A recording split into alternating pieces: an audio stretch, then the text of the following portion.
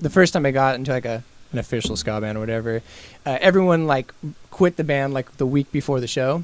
So I became the drummer because like we literally went, this is super funny. We didn't have a horn player, so we went to Medieval Times and we got a trumpet player from Medieval Times who knew one of our guys.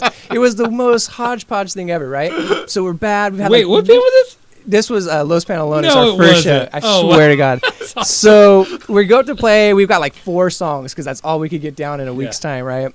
And I'm playing drums, and one part of me is like, God, we sound horrible. But the other part of me is like, everyone in this room is dancing. And I'm like, this is so much better than all the rock bands that I spent the last 3 years of my life playing. All the brooding, like alternative. Oh, we're so serious. Right, you know? right. My first gig in a ska band was with the band called the Schmedleys, and we opened up the show for, I don't know if you guys played, if bands played. I don't think so. It was a panel show, but it was like Sublime played, and No Doubt, and Gwen came. I was at that show. Yeah. I went to that show. That was 8.5. It was amazing, right? Fullerton. Voodoo Glow Skulls played, and Suburban Rhythm, and like all these great bands. It was pretty much like every major band playing the show, and it was like a $7 show, or a $5 show or something. Which was expensive then.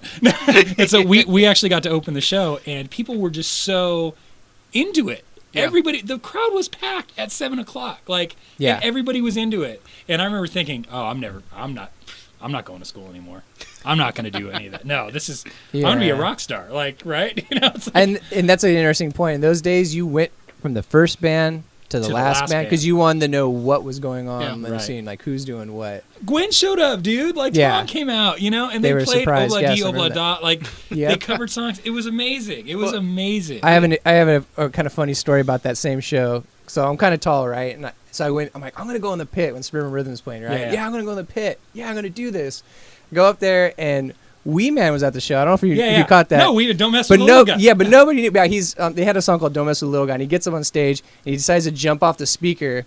And who's the tallest target in the thing? I got like a size 4 Van print right on my forehead. I'm like, boom, knocked down. I get up, and I'm like, yeah, I got hit in the head by some little guy. But it was cool. It seemed fun, you know?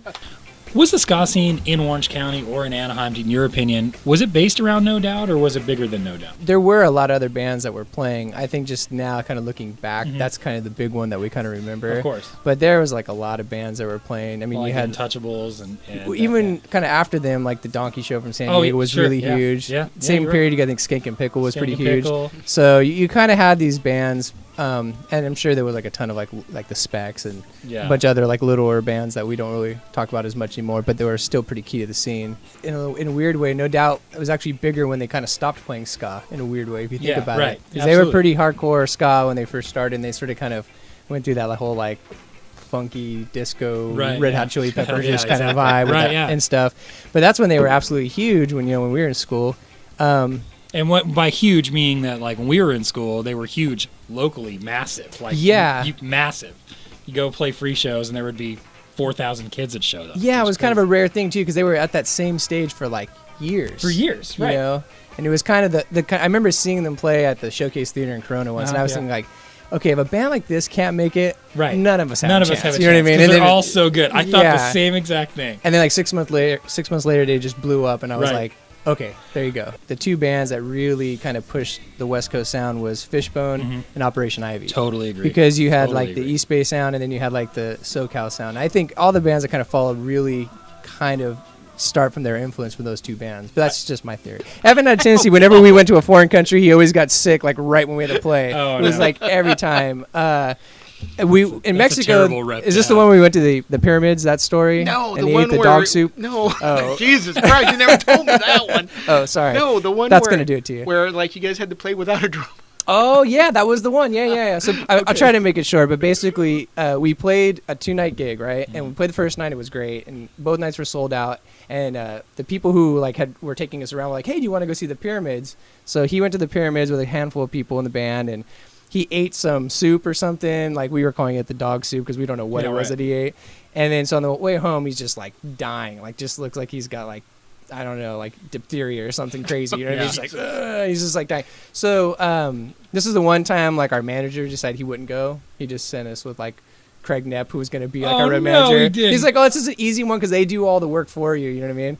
So Craig comes in, he grabs me in the room because like I was always like Mr. Responsible guy in the band. He was like, I don't know what to do. I can't wake Evan up. He's like sweating profusely and stuff. So we're like trying to wake him up, and we throw him in the shower, and he's just throwing up everywhere. I mean, he's just literally like comatose because she went and gave him some medicine. The lady who was taking us around, and that didn't help. So we were like, we can't play the show. We have to postpone it somehow. I'm sorry. Maybe we can come back in a couple months or something. And she's like, we have your passports. You're playing now.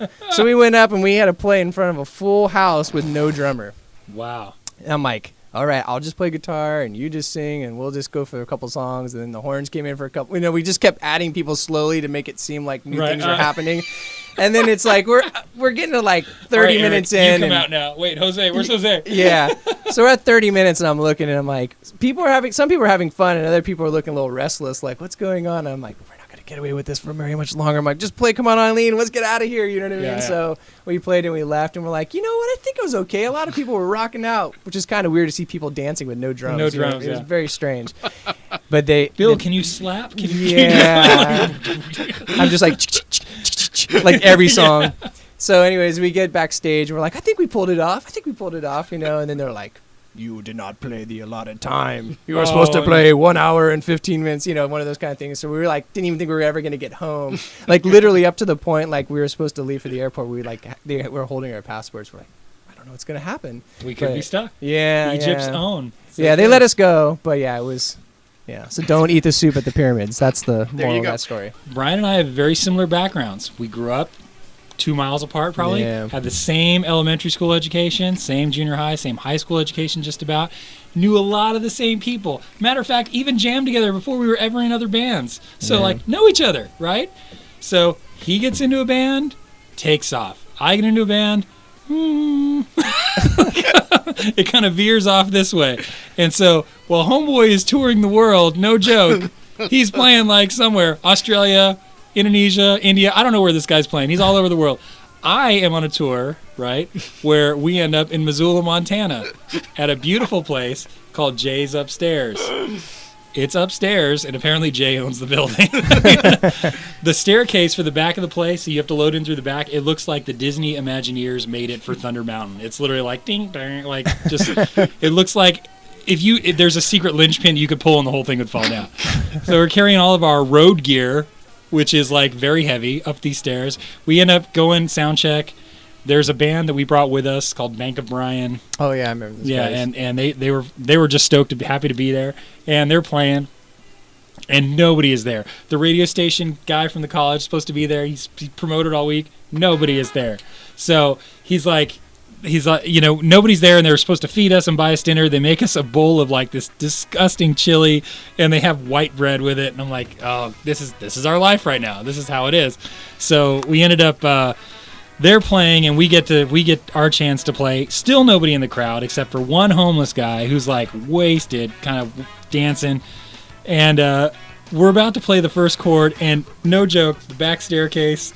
Here comes this dog, walks up, middle of the floor, and he looks at us for a second. He's kind of sniffing around. I'm like, and I say to Brian, the other guy in my band, I go, that dog's not going to do what I think he's going to do right now, right?